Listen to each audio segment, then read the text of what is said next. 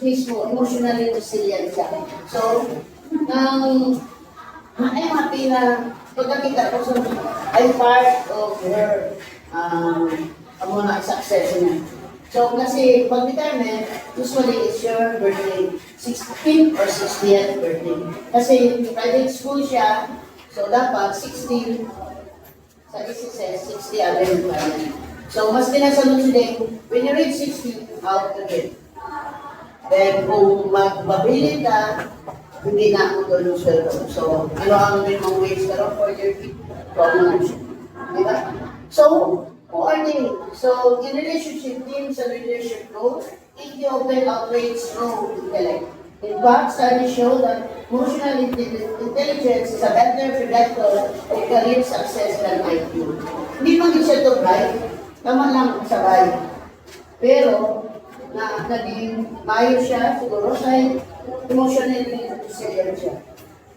Then, the term was popularized only in 1995 when psychologist Daniel Goleman published a book about thinking, introducing much of the world to managing emotion and greatly increase chances of success.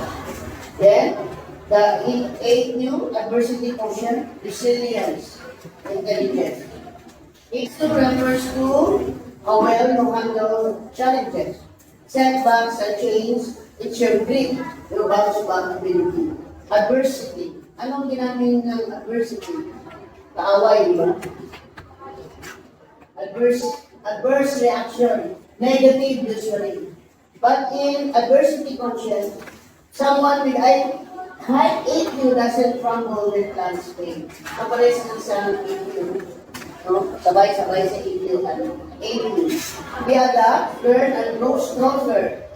Kung hindi sila successful, then they bounce back immediately. Hindi sila yan ng mga tao na nag-suicide o nag-inom ka gusto sa lupa kaya wala na sa kaya lang mga tao na kung brinkan daw amo lang ang lalaki o babae sa tabuhin nila.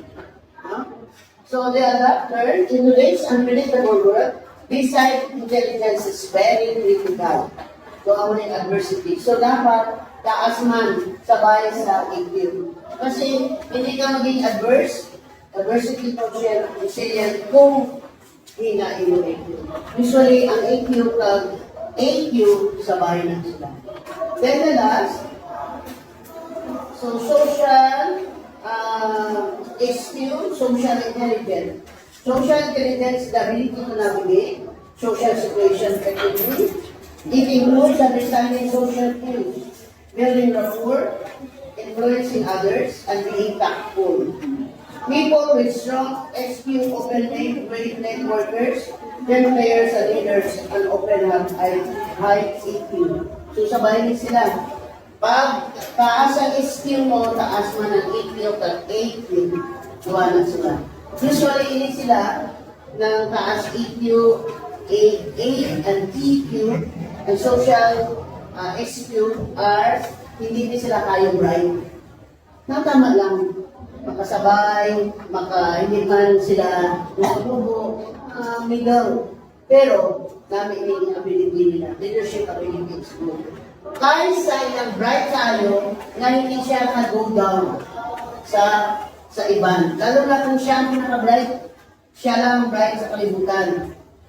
Amo na ang bright sa EQ, na hindi maka-go down sa level sa ilang Okay, so tomorrow, we'll have the handling customer inquiries. Okay, customer inquiries and complaints. We have only 2 days, 3 days. Tomorrow, 12 minutes. There are still 3 strategies for addressing customer concern. Then, making opportunities. I think the second is techniques for turning complaints into opportunities. Then, the third one is, that's the last, confirm resolution.